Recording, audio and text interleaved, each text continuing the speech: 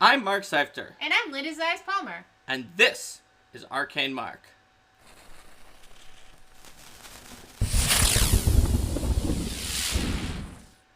Hi, everybody. Welcome to Build an Item Workshop 3, the Build an Item Workshop Reborn. I just noticed it says Bold an Item Workshop 3, so I'm changing it to say Build in... Bold an Item Workshop B? Bold. With Control B? No, Bold. Oh, B-U-L-D an Item Workshop I see. 3. I don't know what that is. It's, Bold.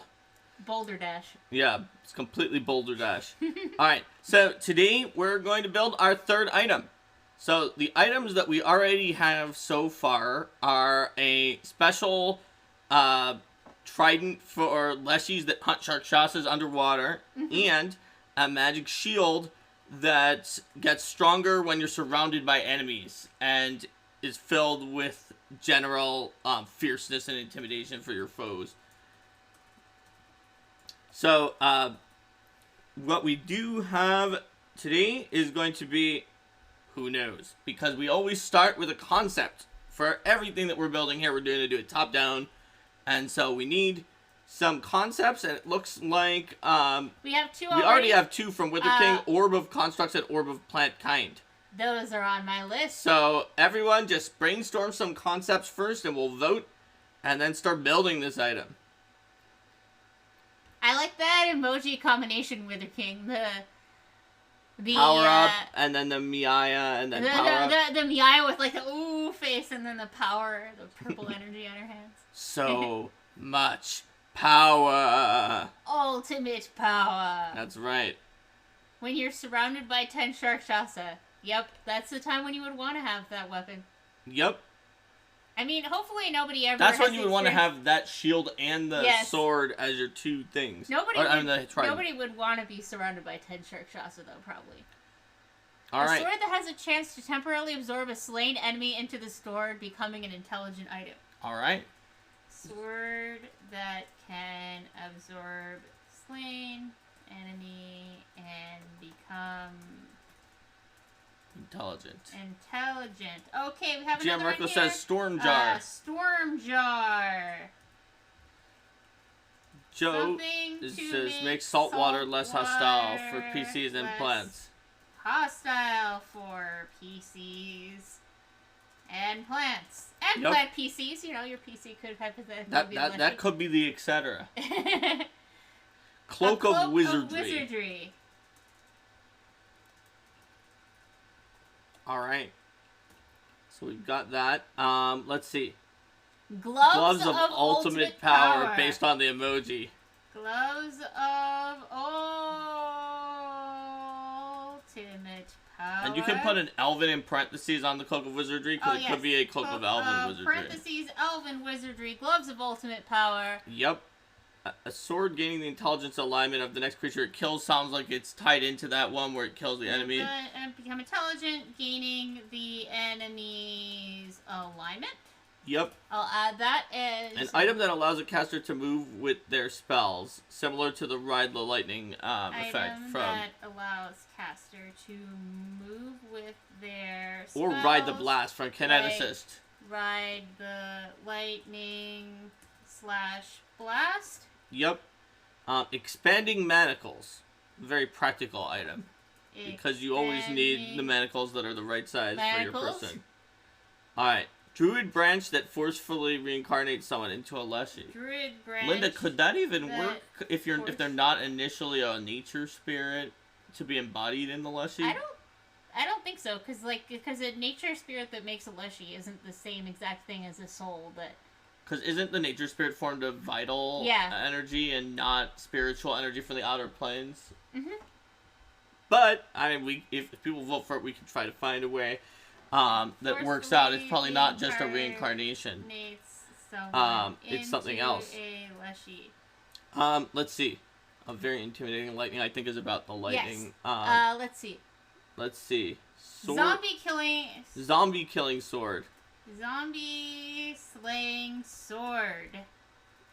A sword that gives you improved senses in the correct terrain. Sword that improves senses in correct terrain. Fascinating squirrel figurine. Fascinating squirrel figurine. That's right. You're gonna put the squirrel emoji, aren't you? I did. There you go. Thank you. Squirrel figurine. Boots that are sort of like ice skates or rollerblades where you go really Boots fast, but you that can't really are control where you're moving. Like ice skates. Let's see. Over where you're moving. A weapon or other item that can capture a spell to be item redirected that at foes. Capture a spell to be redirected. Tome of Chaos. Tome of Chaos. Boots that airwalk you but leave behind an obvious trail that people can follow of some kind of effect. Something involving rolling on a random table a la Rod of Wonder. Something with a random table a la Rod of Wonder. Burrowing helmet. Burrowing helmet. Boots that leave difficult terrain in your wake. Boots that leave... You guys are full of ideas this week, man. Mm-hmm. Terrain in their wake. And lastly, boots of Zamok that let you jump into trees and Tarzan slide. Boots of Zamok that let you jump into trees and Tarzan slide. Well, so we're gonna put these all up. We definitely have to vote for more than one. And yeah, let's let people vote for 2 again, and then we'll do our top 1 after we narrow it down. So here are all the options, and by all I mean... By all, you mean I need to put this in at least 2 posts? Yep. Linda's gonna put them all back so that you can see them, and then put the number of the one that you're the 2 that you're voting for. You can take your top 2. Not quite done yet. Oh, Hold on. right. I It takes 3. It takes 3 because there were so many ideas. Wait for just a moment. Okay, here we go, and those should be all 21 ideas. That's right. We've got all 21 ideas. So pick your top 2, and then we'll do a second round of voting to narrow it down. So Linda, here's what we've got. We've got 2 and 3 so far. Oh, you got that already. I got 2 and 3. All right. 14 and 15. 14 and 15. Oh, Linda, you've got it already. They're not coming in so fast that you need me to read them out. I see. When they all come in at the same time. Oh, yeah, here now we go. Here now they're coming in faster. Now I need you to read. Okay, 11, 21. 11, 21. 4, 5. 4, 5. 7, 19. 7, 19. 3, 13. 3, 13. 3, 20. 3, 20. 4, 10. 4, 10. 2, 21. 2, 21. 6. 6 by itself? Yep. Okay. 19, 15. 19 and 15. 10 minus 19. So 10 and 10 19. and 19. All right. See, infinity and -1. Yeah, that was a revote for after 2 and 3. Otherwise, we could put them in for infinity and -1. All right. And then Wither King says, "Oh geez, Rick." 14 and 10. Yep. We do have the 14 and 10. So it looks like Okay, so let's take the ones that have at least 2. 2 votes. Yes. All right. All right. So we've got 2, 3, 4, 10. Oh wait, a 15 and 17 just came in. But that doesn't change anything because 15 was already already have one. in there Yeah, and yeah. 17 wasn't. Okay. Great. So we've got 2, 3, 4, 10, 14. I'll put that up here. I'll put it up. 2, 3, 4, 2, 3, 10, 4, 10, 14. 14, 15, 19, and 21.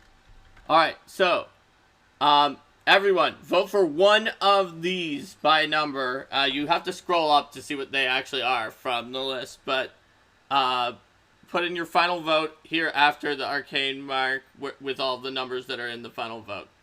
All right, here we go. Final votes are 15, 1919. 2, 3, 4, 15. 2, 3, 4, 15. 10. 3, 4, 3. 3, 4, 3. 14. 14.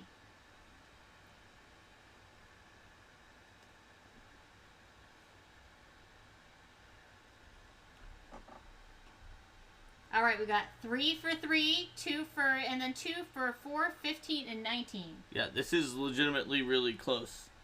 And we don't. And just we don't have even two have. that Yeah, are we for the don't cup. even have that many in the final round, right? We have. Yeah. We have only 8 options, but it's very very close here.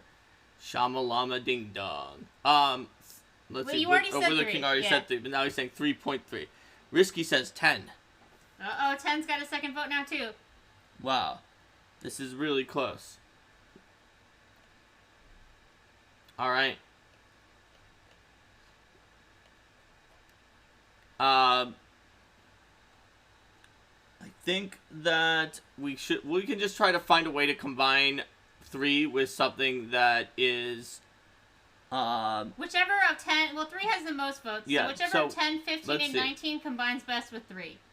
So, okay. So 3 is a sword that can absorb a slain enemy and become intelligent, gaining the enemy's alignment. so I think that I can combine 3 with both 4 and what was the was there 15 one of the other Or ones? the storm jar? And 15 the weapon that captures a spell, redirects it at Yes. foes.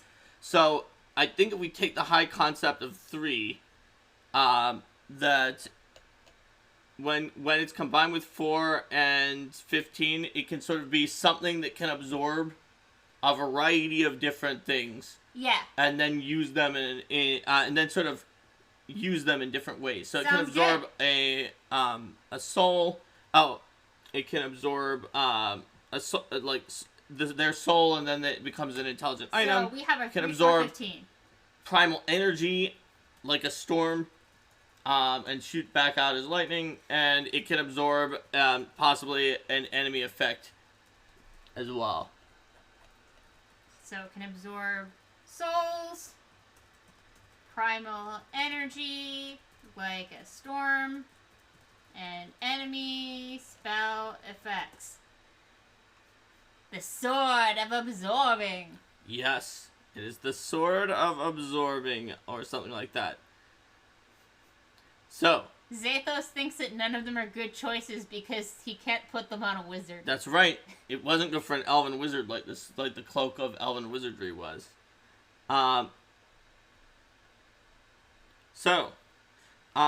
This item seems like while it is a sword, it could be a sword that maybe not human wizards would use, but elven wizards might because of their affinity for swords, especially if it's a long sword or a rapier or something. Yeah.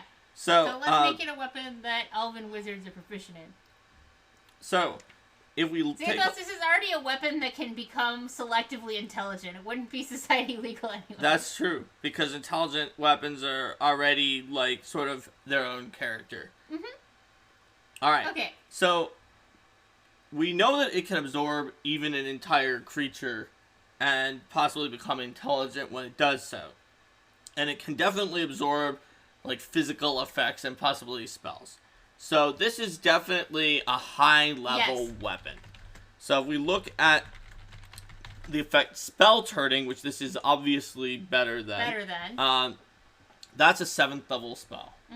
That means that we know for a fact that this item, if we don't want it to be pretty limited in how often it can do its thing, is at the upper echelon of power levels. Yes. Now we should cross-reference that with what levels we get in different, like, +3, and so a +3 greater striking weapon is level 16.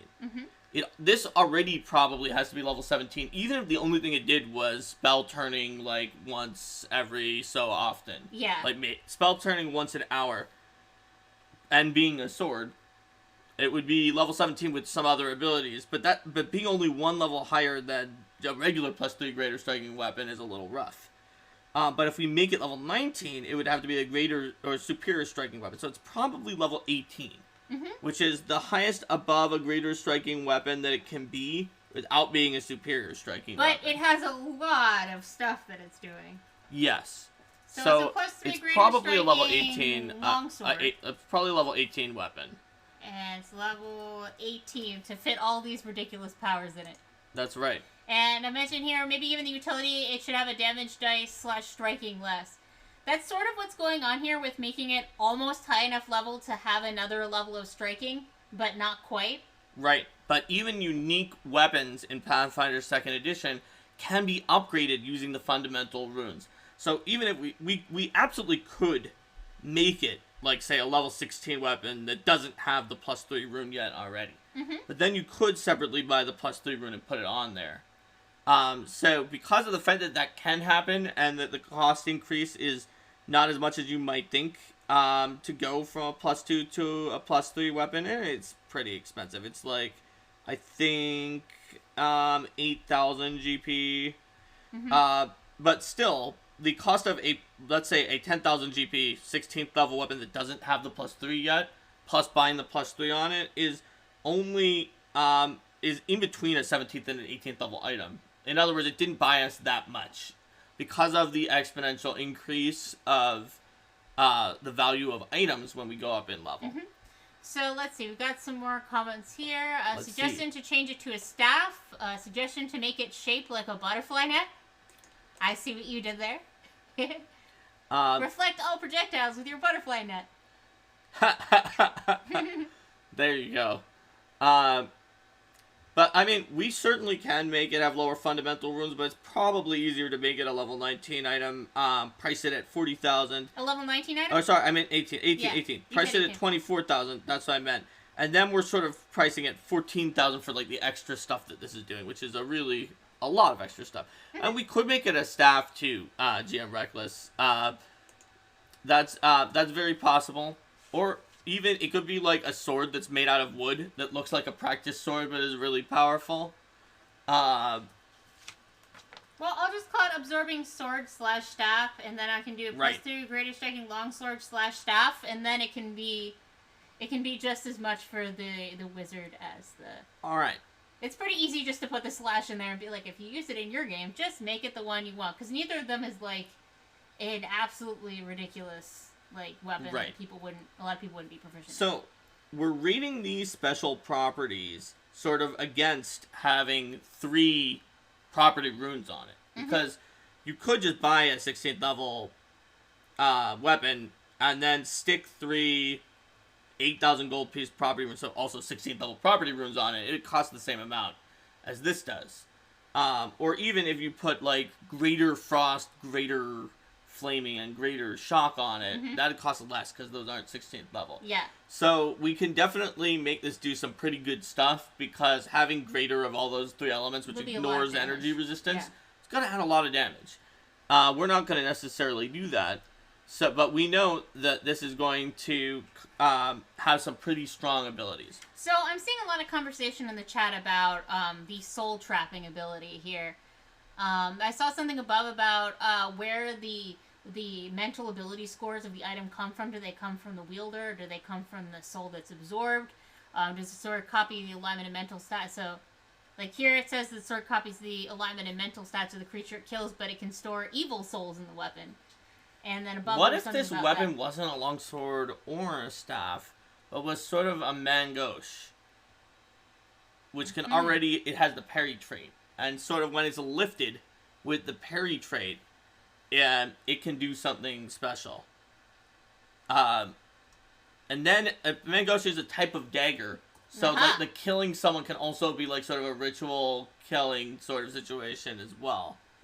Is that a separate weapon in Pathfinder? Yes. Okay. It's in 2nd edition. It's one of the weapons that really, surprising that 1st edition, which had 1 million weapons, didn't really have as much the mangosh. So it's mangosh, M-A-I-N space G-A-U-C-H-E, sometimes known as main goach. What's its, how tough is it to be, It's a martial weapon. It's a martial weapon, okay. So it is true that it's a little hard, that makes it a little harder for an elf wizard to use it than, it would otherwise be. It's got agile, disarm, finesse, parry, and versatile slashing. Mhm. But we can build into the parry trait if we have it as a Mangosh, because we can say while you're using the action to parry with this, if you're hit or like if you're targeted by a targeted spell, then this magic sword makes a counteract check against that targeted spell. Otherwise, as a 7th level spell turning. Makes a counteract check against the spell as a 7th level spell turning? Yeah, let's do it as a 7th level spell turning. So it's not going to get the highest level spells that you are facing up against without a critical success. Mm-hmm. But it can parry a lot of other things as well. Actually, let's see. 7th level spell turning is 19. Now, we can make it an 8th level spell as turning. As an 8th level spell turning. So anything but 10th level spells it's going to get on a success. Mm-hmm. Sounds good. And we can have it do that, like, not every time, right? It's probably once every 10 minutes. Yeah, that sounds like good. That. So it's not every turn, every 10 minutes, but it's more and like... normal spell turning is a pre-buff that lasts for an hour, and this one you do have to spend an action to raise the dagger for the AC. Yeah. To get it. So having it once per 10 minutes, which is normally faster than you'd get an 8th level spell, kind of makes sense. It probably still also uses a reaction to parry the spell. Does parry naturally uses a... Well, the parry trait naturally is a 1-action thingy that you can do with the weapon. So then you can have a reaction because spell turning is already a reaction. Spend a reaction. It did sort of riposte the spell. Cause the sword to make a Joe says there should be special perks if the wielder is a swashbuckler who has panache right now. That could be pretty cool. Oh yeah.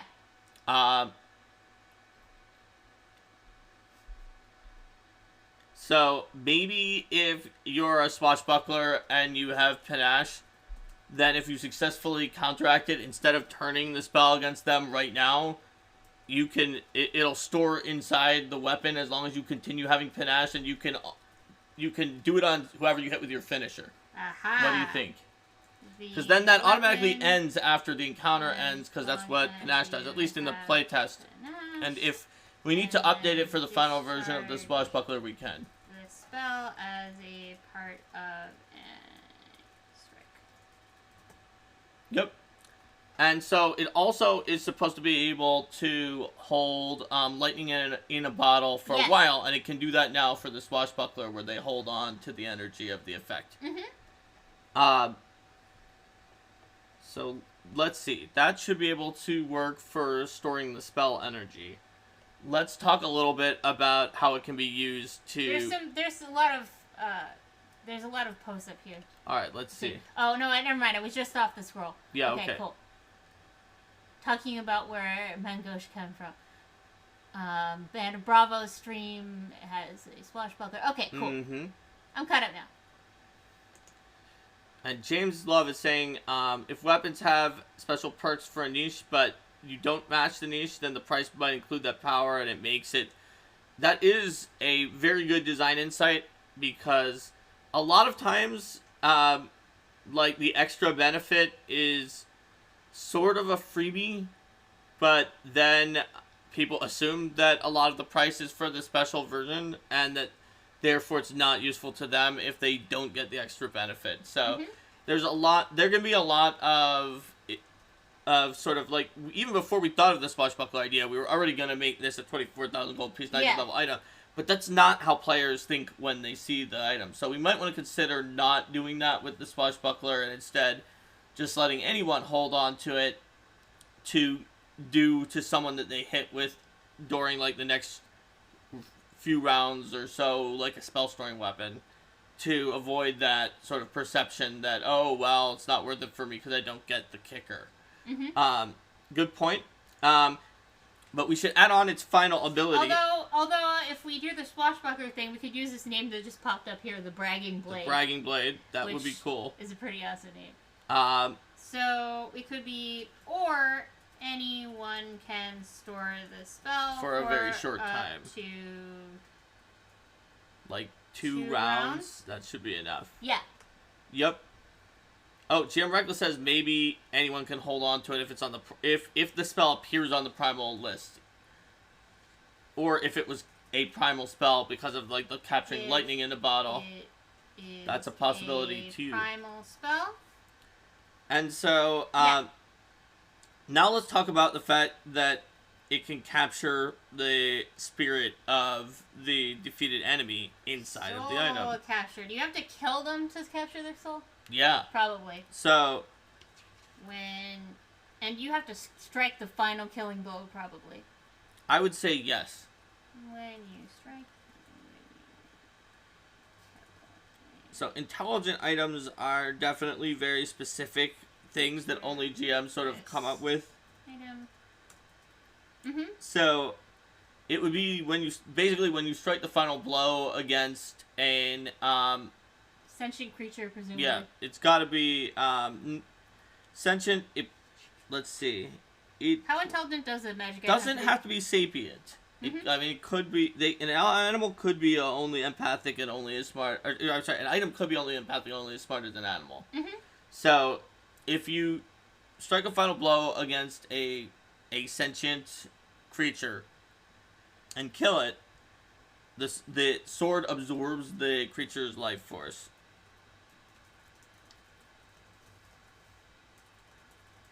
And they're going to need some kind of line. You can only have one life absorbed force at a time. and their quintessence, their soul, their spiritual and energy.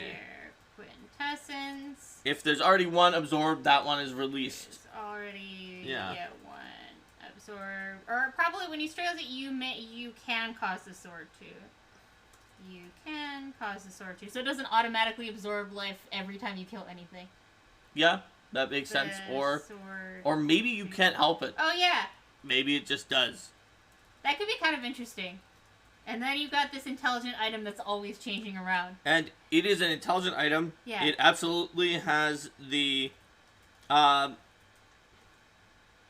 it has the... and we should decide how it can talk to you. It probably should be able to telepathically talk to you because it's more interesting. Or speak aloud. So it should have the languages that it had in life. Probably the mental skills and ability scores that it had in life, and the will save that it had in life. Mental skill with the languages it had in life. It also had... Joe, that's absolutely right. That's why we were saying it's got to be sentient, and not mindless. But it doesn't have to be sapient. It could just be an animal. Of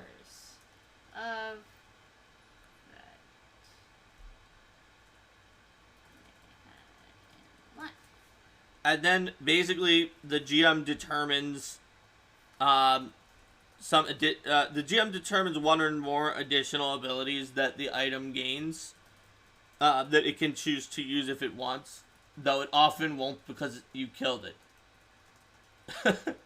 And then it shouldn't have a way to possess you like some intelligent items can because it's always going to want to because you killed it. So... it's in the item agency paragraph. We should not add that. But you don't need to say anything. By default, it can't. By default, it can't. Okay, cool. In PF1, by default, every intelligent item could do an ego thing and take over your body. Yeah. In PF2, they can just turn off all their extra abilities and just not use them for you. But they can't control you unless it says otherwise. Although, since we converted Sarithiel from Curse of the Crimson Throne, which could do that, it does say otherwise. Or she does say otherwise because it's Sarithiel. So, yeah, if you're mindless, you're immune. If you're, like, a construct or something, then you're going to be immune because you weren't killed. So I think that covers... What about if you're undead? If you're undead, that's interesting because your spirit is possibly... some kind of spirit is still there. Maybe your soul... fragments of your soul were probably captured there, so it may also work on a destroyed undead. Yeah, well, I think if we leave it to sentient, like, you're not going to have mindless undead, which really don't have the soul. And one more thing about the lightning in a bottle aspect is that whatever the last damage-dealing spell that it absorbed and shot back out, it should deal 1d6 of damage of that type. And if the spell had more than one type, then it's chosen randomly. You see what I mean? Like, so Yeah. if you absorb a chain lightning, then it does lightning damage until the next time you absorb something that is a different energy type. And that just stays constantly on. Because I was thinking, this has a lot of abilities that are fun to activate, and whatever special abilities the GM gives to the slain soul that's inside of the sword is going to be good. But assuming that it's usually not going to like you very much. So how do you actually get the sword to like use its skills or abilities? You have to convince it. Basically. Without... You could possibly intimidate it, be like, if you don't give this ability, use your ability to help me, I'm never going to kill another creature with this sword, and I'm just going to leave you in there. And then... This is not a very friendly weapon. I mean, that was one of the first things people said, is it was not a very friendly weapon. Very friendly. There's a suggestion here. On the anniversary of the creature's death, it has an opportunity to magic jar into you if it's still in the blade. It might possess you if it's still there after a year. That could be an interesting idea too. Although I don't want it to be, too negative to have it, because it is an expensive 19th level item, and already it's probably not gonna always help you without a lot of like browbeating. Yeah. But it could be cool. Joe says, "Is that an evil act?" Yes. Yes. It surely is. Definitely use of this weapon. It probably has an evil trait because of the fact that it does that. It's stopping them from going to the afterlife. Yeah. And trapping them into this weapon. Pharasma disapproves. It's definitely... But you know what? Chaotic Evil Callistrians could totally use this. They would use it on someone that slighted them. Yeah. Yeah, James, yeah. That's true, because intelligent items usually have to say which things they can turn off. So, yes, the normal abilities of absorption and reflection would work, even if the item is being mean to you. But any of the additional abilities it gains from... being an intelligent item, which might include the innate spells of the creature or whatever the GM wants to add on. So basically, it can just decide if it's going to do those, and it takes its own action. So if you actually can convince this thing to cast whatever spell it has, let's say it has Meteor Swarm in there, you could convince it to cast a Meteor Swarm. Not only do you get a Meteor Swarm, you didn't have to spend your own actions to get a Meteor Swarm. Like the sword cast it. Where, like, one of your fellow party members is about to die, and you, like, last hit them, and then they continue to attack the enemies out of the sword, and then as soon as you get out of the problematic area, you, like, go kill something random, and then let their soul out, and then resurrect them. Or, I can imagine, like, a former adventurer who's, like, venerable age, and is like, I still must protect my community. Trap me inside of this sword, and then you must never use it to kill another, and I will use my powers in this sword. Or something like that. Or the comment on, we need to imprison this great evil somehow to ensure they're not res. That reminds me of, like, the final blades of Galt, and the whole idea that, well, we're going to trap souls in the final blades because then they don't go to hell. I think it's definitely, in the setting, is an evil act to trap a soul out of the normal cycle of souls. Now, is it something that almost any good person might be willing to do if it's like, well, if we don't do this, this person is going to get out of death free with resurrection magic or something like that, and this is going to actually stop them? Except for, a champion who has to never do any evil acts. I think most other good creatures could agree that it might be worth it if it was, like, going to get rid of a great evil that would otherwise just automatically be reborn. Yeah. It's okay to perform evil acts sometimes towards the greater good if you have to, but you shouldn't fall down. It can be a slippery slope. And in the setting, perverting the flow of soul energy is something that, like, fundamentally destabilizes the universe and can eventually, like, all sorts of weird things. I know that there's a lot of weird stuff that happened at the very beginning of the universe, and lots of apocalyptic things in the setting that are like, these can end the universe. So it's all a part of that. Yeah.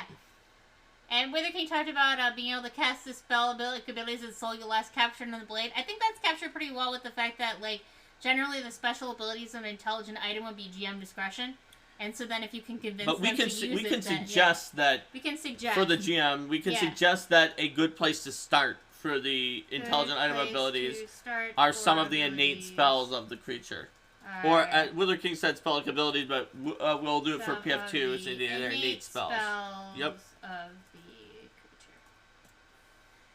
It's better to kill spellcasters, because then you'll absorb more of their mind stuff. Mm-hmm. Whereas if you kill a martial character... Yeah, James suggests putting some suggestions for the GM could help because this item does have a lot of adjudication. You can place the start for abilities some of the innate spells of the creature. If it has any. If any. Yep. Or other spells / purely mental abilities. Yep. Alright. Well, this is cool. So we have possible name of like the Bragging Blade. What other possible names could this item have? The Devouring Blade. What about just like the Devourer? Nom. The blade is hungry. Ravagug approves. Caster Bane main. Caster Bane man.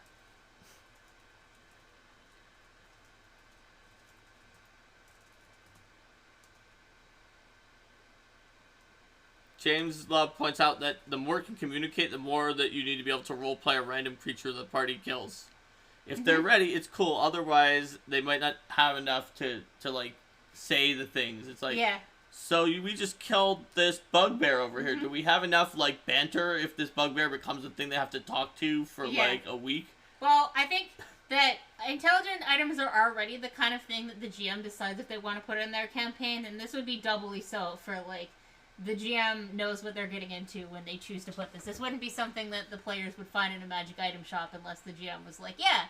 In fact, good point. I'm going to put the... I mean, it's already could be an intelligent item, so it's clearly rare. I'm going to go ahead and put the rare tag on it. So Risky says Spell Glutton. It could also be Soul Glutton.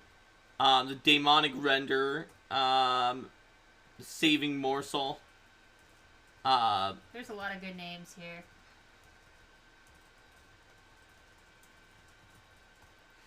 So James suggests maybe it can communicate less consistently. So we can also say that it can usually communicate using the languages it had in life, but at the GM's discretion, it may be unable to communicate or able to communicate only rarely.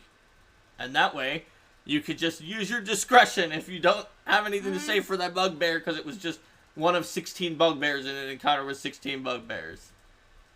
And you don't want to be like, Borthrock, the bugbear, always dreamed of scaring the pants off of someone and then wearing those pants. Let's see. We've also got... Zuriel's Nail. Zuriel's Nail. That's cool. The Cage from Joe. That's what people from other planets call Golarion. Because it's got a Ravagug in its crunchy center. Nom nom nom nom nom nom nom nom nom. Alright.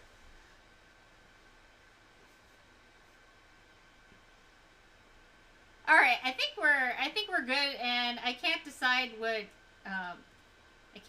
name to give this because there's too many awesome names. So this is going to be one of the items that has a huge number of name /name at the top. There we go. That'll be fine. Yep. Alright, everybody. That is cool. And we now have our awesome weapon. Yay. It captured 3 of the concepts at the same time. I think it did pretty good justice to them. It wasn't like perfect lightning in a bottle because it wasn't actually a bottle, but it sort of was. And it was definitely had all of the aspects for the concepts of the other 2. Yeah. God Taker. God Taker. Oh, we got one more name for the top. The Thirsty Blade. Now, if it summoned alpacas, then it could be Thirsty Blade with a U, like Bold and Item Workshop 3. See how I brought it around? I see what you did there. Alright. I see. Yeah, that would be Thirsty's Blade. Yep. The blade spontaneously creates Starfinder Society adventures. It summons alpacas and llamas for their generic immunity. Yes. Alright. It deals 1d6 alpaca damage. I think that's about right. Perhaps the blade has a story. Oh, I'm sure this blade has a story. I'm sure that this blade has a lot of stories. I'm guessing that at some point its original wielder was trapped in it until the next person who was killed too, because someone probably killed that person. Oh yeah. And then killed them with their own sword or something like that. Immunity to spit attacks for the alpaca. Alright, so Awesome. I think we've got it. Sounds good. So, shall we say goodbye to YouTube? Let's do it. Alright, bye YouTube! Bye!